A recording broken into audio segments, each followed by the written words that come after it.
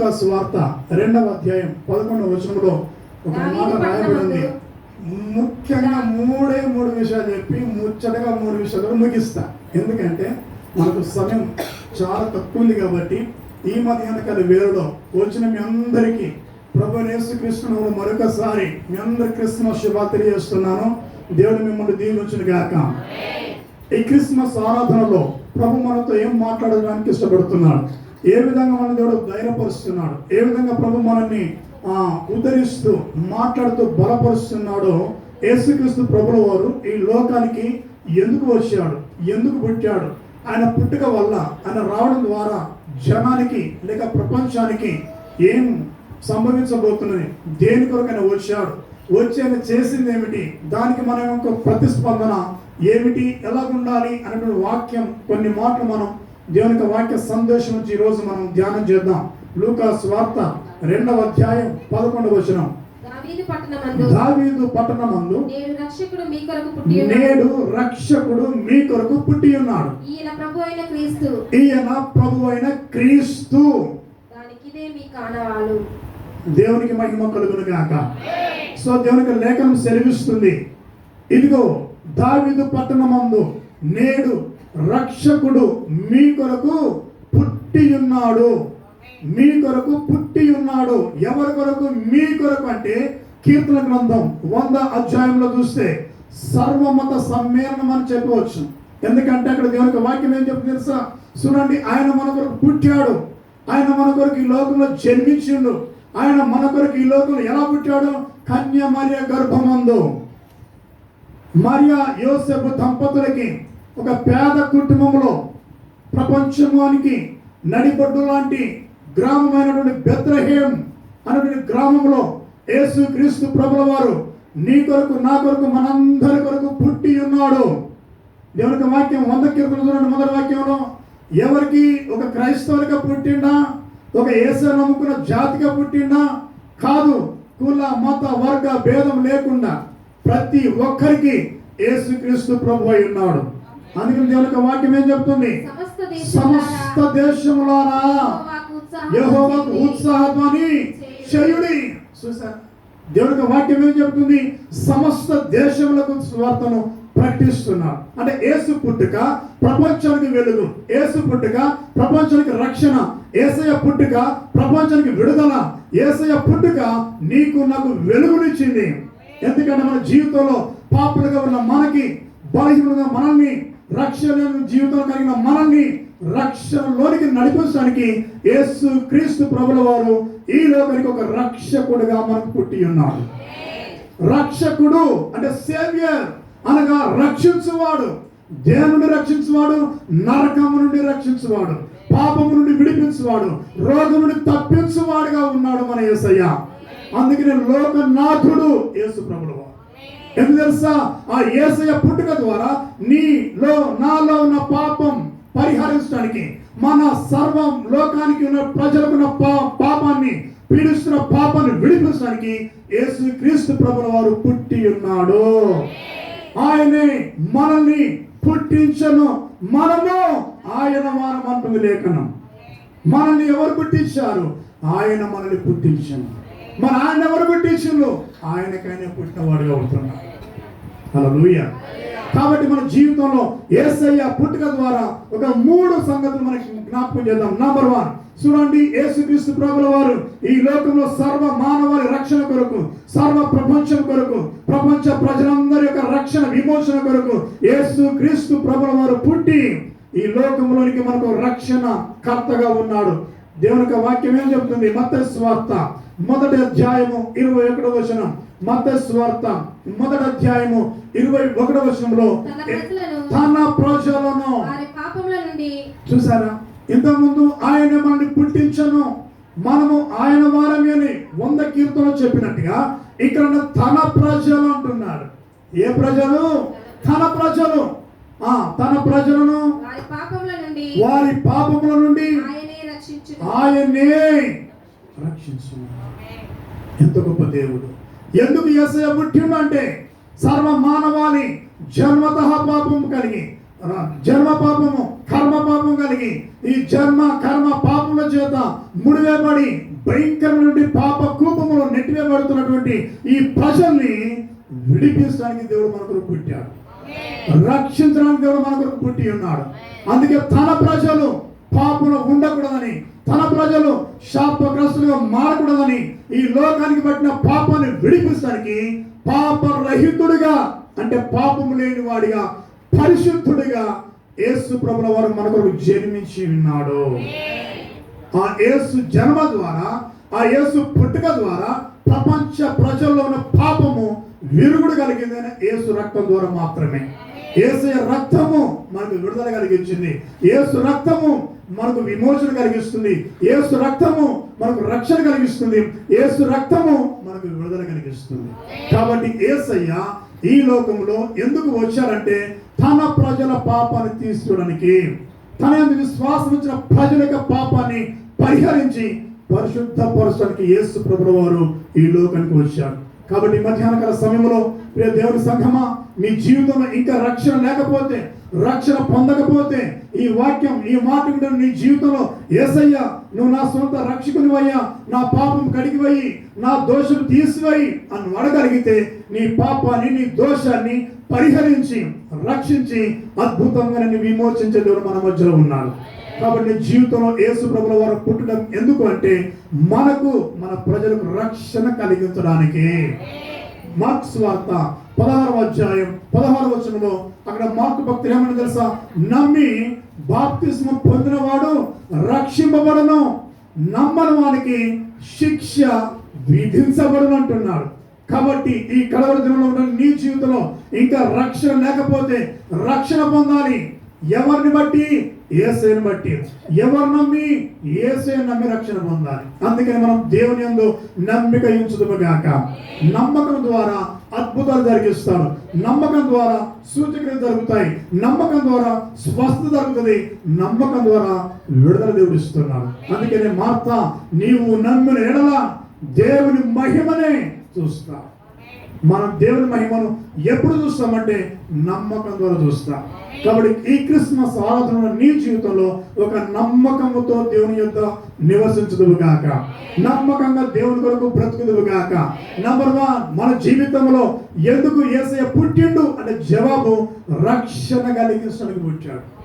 రక్షణ లేని వారికి రక్షణ ఇవ్వడానికి, రక్షించబడిన మనల్ని ఆధ్యాత్మిక ఎదుగుదల ఇవ్వడానికి, పరలోక రాజ్యం నడపడానికి దేవుడు మన కొరకు పుట్టి ఉన్నాడు.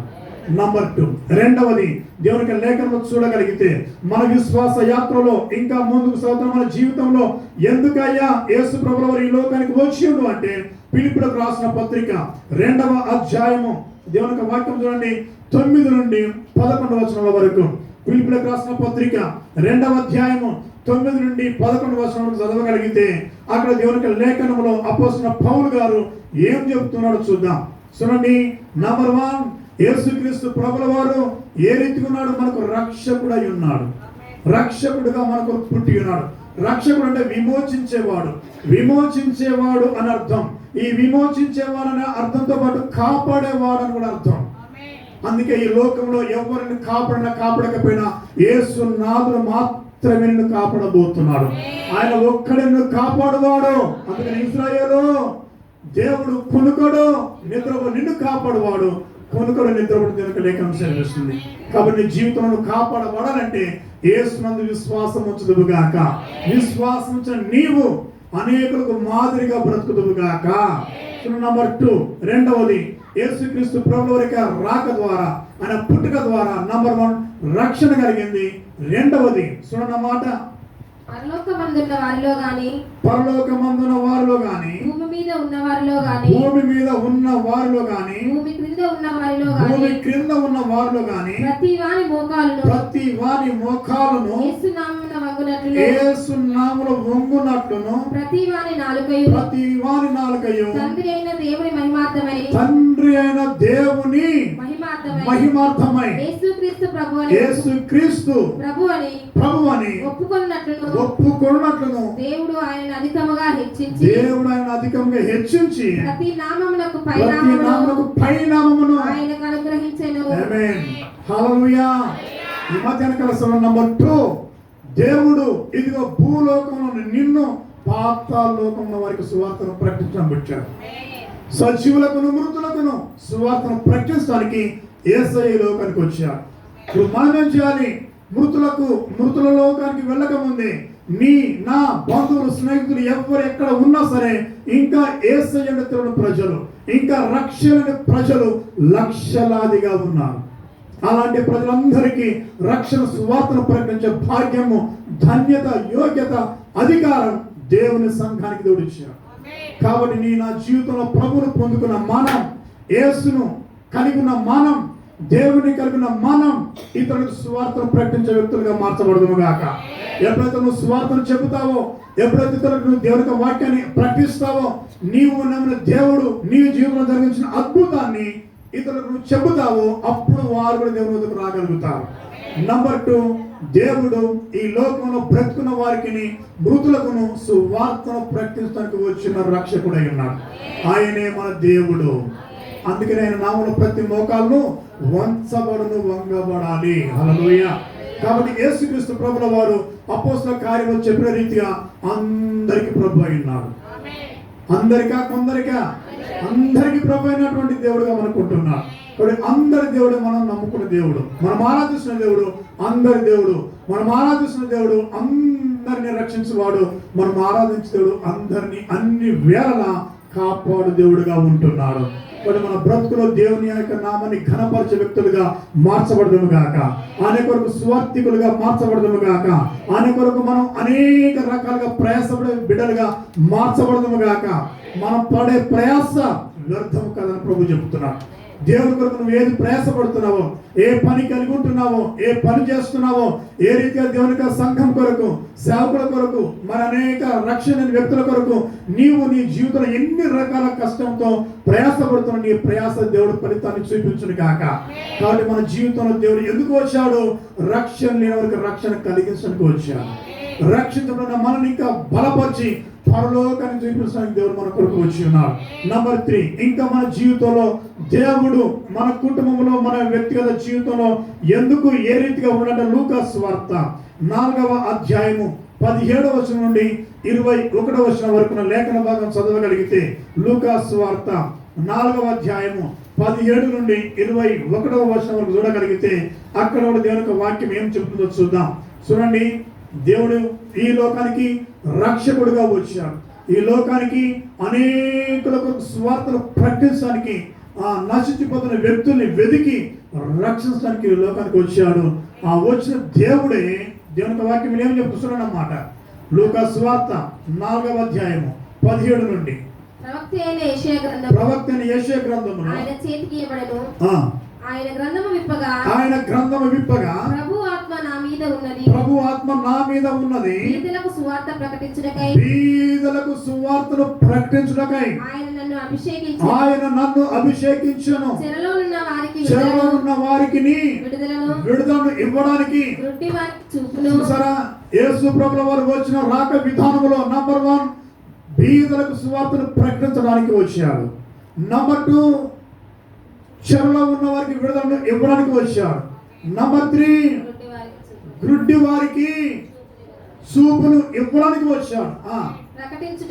సువార్తను ప్రకటించడానికి, నలిగిన వారికి, 4వది నలిగి విరిగిన వారికి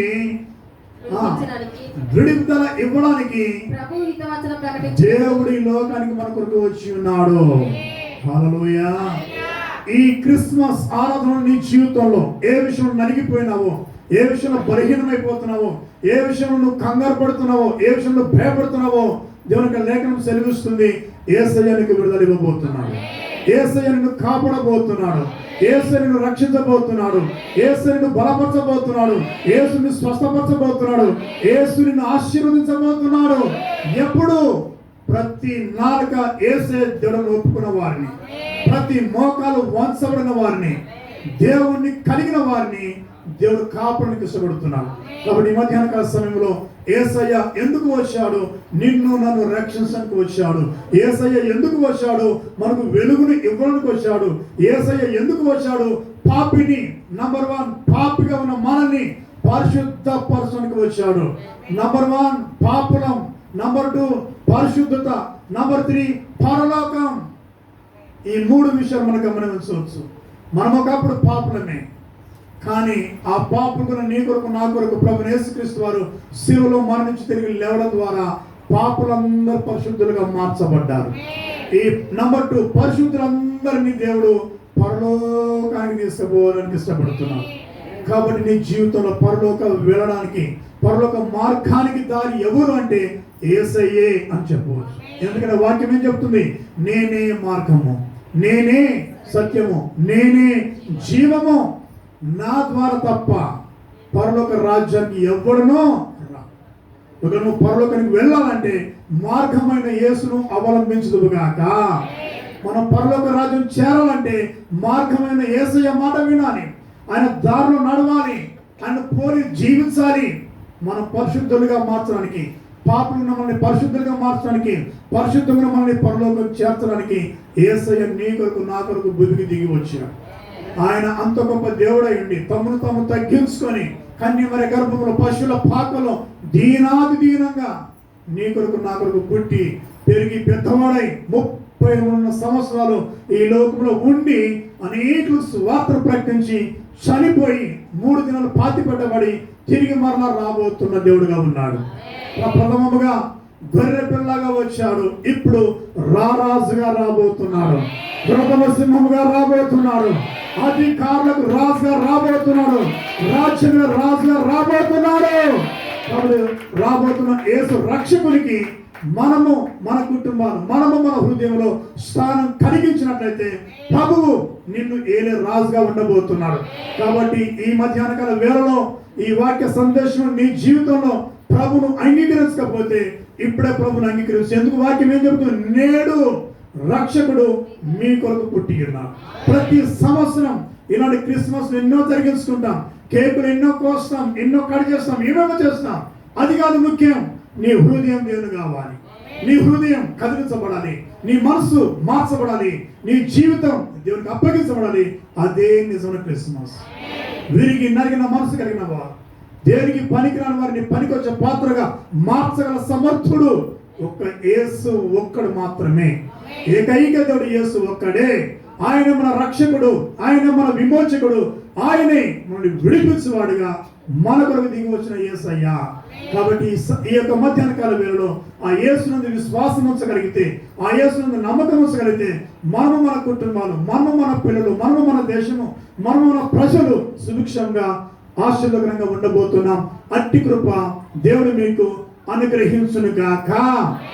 చిన్న మాట ప్రార్థన చేసుకుందాం. దయచేసి అందరూ తలలో ఉంచండి. మనల్ని మనం ఒక్కసారి జ్ఞాపకం చేసుకుందాం.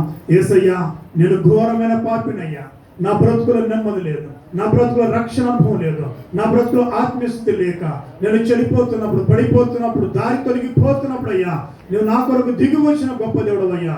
నా కొరకు నాయన నా పాపాన్ని విమోచించడానికి, నన్ను పరిశుద్ధునిగా మార్చడానికి, నన్ను పరలోక రాజ్యం చేర్చడానికి నాయన ఈ లోకంలో ఏ వ్యక్తి కూడా సాహసించలేదు, కానీ నువ్వు ఒక్కడివే సాహసించావయ్యా.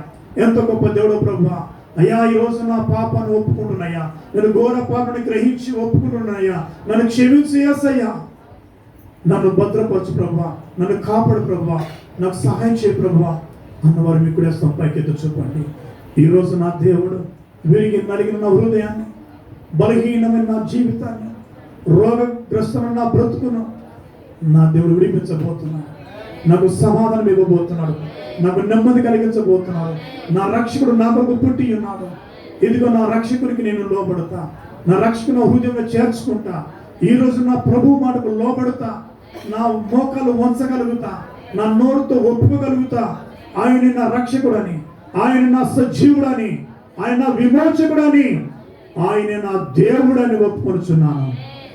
మహోన్నతుడా, మహాపరిశుద్ధుడా, మీ పరిశుద్ధమైన పాదములకు వందనాలు చెల్లిస్తున్నా. ఈ మధ్యాహ్నకాల సమయంలో నాతో మాతో సూటిగా తేటగా స్పష్టంగా మాట్లాడి మీరు మమ్మల్ని బలపరచుంది నీకు వందనాలు. ఎంతమంది బిడ్డలు ప్రభు ఆదరించబడుతున్నారు, ఎంతమంది ఆశతో విశ్వాసంతో ఆయన ఈ మాట వింటున్నారో అట్టి బిడ్డలు యేసు నామములో దీవించబడుదురు గాక, యేసు నామములో వర్ధిల్లుదురు గాక.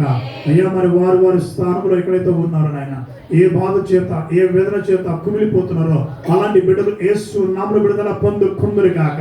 అద్భుత ఆశ్చర్య కార్యములు వారి జీవితంలో జరుగును గాక. మీ కృపతో దీవించి బలపరచండి నాయన. ఈ క్రిస్మస్ ఆనందం చేత నింపండి నాయన.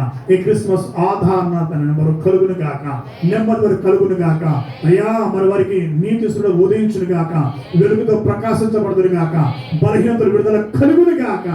కృపతో నింపి దీవించి బలపరచండి. ఘనత మహిమ ప్రభావాలు మీరే పొందుకోమని యేసయ్య ప్రియుడి ప్రార్థన సమర్పిస్తున్నాము తండ్రి. ఆమేన్. తండ్రి కుమార పరిశుద్ధాత్మ త్రియేక దేవుని దీవెనలు ఇది మనకు యేసు రాకడ ప్రేమతో సదాకాలం అందరికీ తోడు నడిపించును గాక. ఆమేన్, ఆమేన్, ఆమేన్.